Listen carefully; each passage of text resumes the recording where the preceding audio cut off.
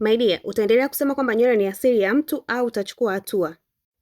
Kama nywele zako zinakatika ovyo, nywele zako zina mba, miwasho, nywele zako hazijai, nywele zako kiufupi hazina nuru kabisa, unabaki tu unauliza wengine, wewe nywele zako zimefanya hivi na hivi, mara au Madam Rema nywele ni asili ya mtu, basi unajipotezea muda. Anza leo kuchukua hatua upate kitu kinachokufaa. Kama unawalaza pia, sikiliza huu mchanganyiko, utakufaa sana. Usisahau kufollow, kulike na kushare.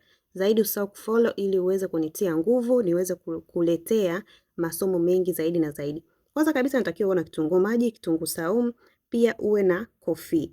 Utachanganya hivyo vitu vyako vyote kwa pamoja, utachemsha kwa dakika 5, then utachuja. Utakuwa na spray mara 2 au mara 3 kwa wiki, then unaosha vizuri, unapaka na mafuta ya Madam Rema ambayo ni asili kabisa, yanakuza nywele, yanaondoa mba, miwasho.